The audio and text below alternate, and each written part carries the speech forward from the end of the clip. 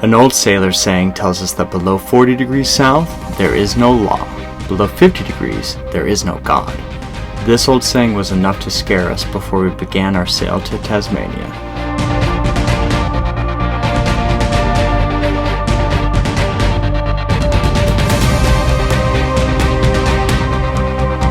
Down here, the tales of massive storms and sea monsters used to run rampant. We are, after all, approaching the end of the earth.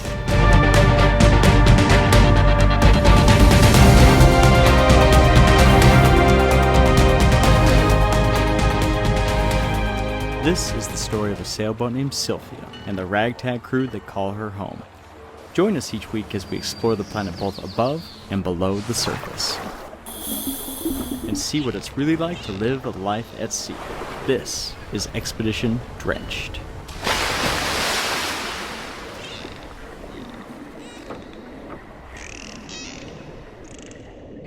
Part of Sydney now, and we are heading towards Tasmania, and the wind right now is not optimal. In fact, there's little to no wind, but I want to get kind of ahead of the game and get a little far south because it's really hard to predict wind anything from honestly more than 3 days out there. And it looks like we have a pretty strong like 25 knot northerly that's coming for several days, so I need to catch that to get across the Bass Strait. So by the time we come across the corner into Hobart, we're going to be just screaming downwind until we turn the corner and come in. So there she is.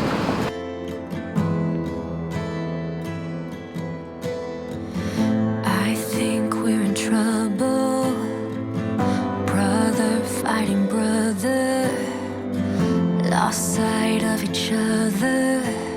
When did we go wrong? When we thought we had a break, strong winds came to greet us and remind us that the road to 40 degrees is not easy. They call them the Roaring 40s for a reason. Should be pretty exciting. Well, no, I felt it coming. Like you saw the blanket of clouds. Yeah. Uh-oh. Good morning. Good morning. We got the rude awakening for half the crew. They were trying to have sailing, take me away, and then.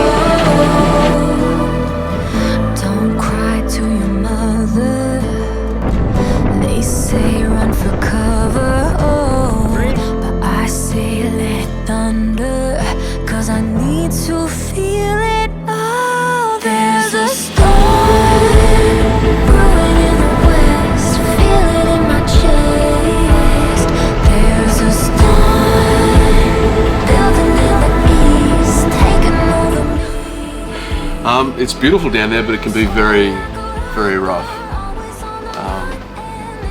Teaches you that humans are not the strongest thing on the planet, that's for sure.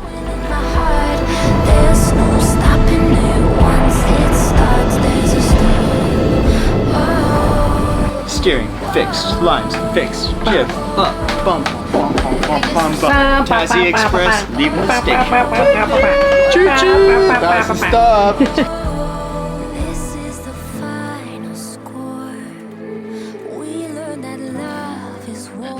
We just got hit by 30-something knots in a squall out of nowhere.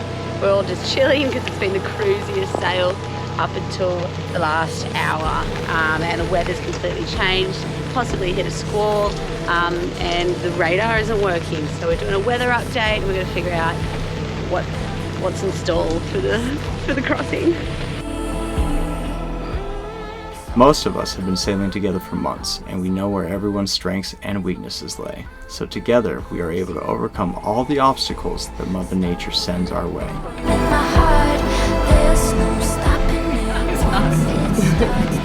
He's amazing though, he never complains.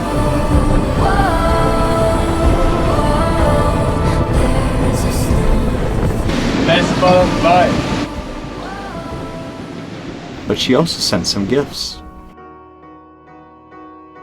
As we traveled south at a comfortable 5 knots with wind on the beam, we noticed that we had attracted a friend. A large fin seemed to be following us, throwing around speculation throughout the crew as to what it might be. We realized that there was only one way to find out. We were gonna have to jump in.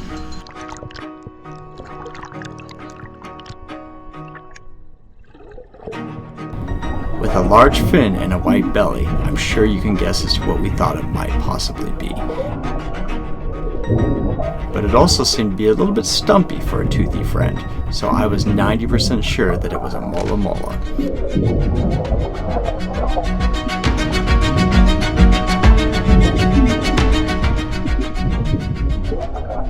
As I got closer, the shape came into view, and I was shocked at the absolute massive fish before me.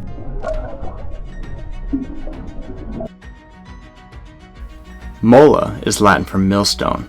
With their large, silvery, rough-textured, and rounded body, early explorers thought it resembled their village's millstone. It's not the most creative name, but it's fun to have to say it twice. Nature reveals some of her greatest secrets in her extreme forms, and we had the fortune to discover and swim with one of them.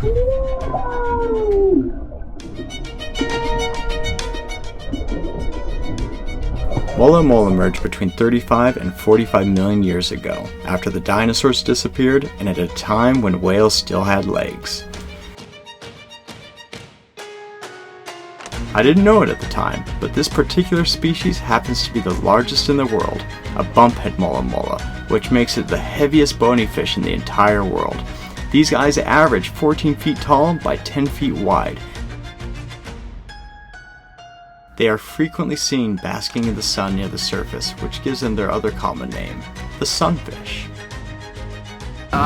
We came across what we thought was another great white, but it was actually a Mola, or a sunfish. Huge! It was scary getting in, because until you're sure, until I really got eyes on it, I was like, I'm pretty sure, but it's got a big fin, But then we saw our water, and it was just so much bigger than I could have thought, like 5 meters from end to end, I bet. So, that's so cool. Massive, big fish. So it's big and circular in the middle, and then 2 fins coming off its top side and its bottom side. Oh, it's way bigger than I thought. You could only see kind of like the fin at the top, but it's got so much beneath the water. This massive animal starts out as a tiny 2mm juvenile that grows incredibly fast. This was my first Mola, and seeing one of these fish has been on my bucket list for years.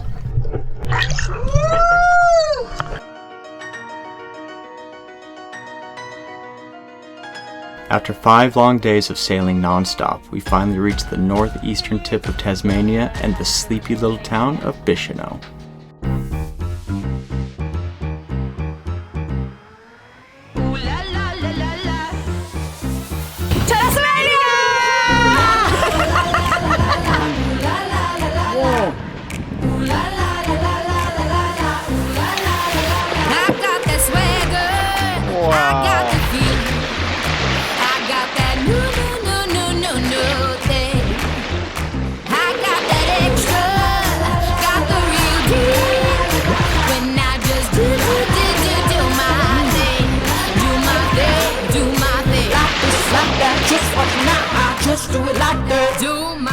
Rumor had it that here, after the sun goes to sleep, the penguins come from the sea after a long day's hunt and make their way to their broods on land.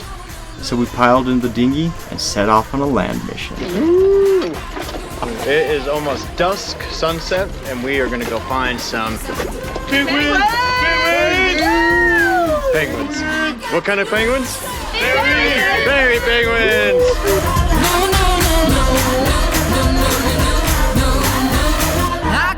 Hustle, that straight up swing. I got that no thing. Call me the future, driving a man. When I do my thing, do my thing. Like this, like that, just watch me now. I just do my thing.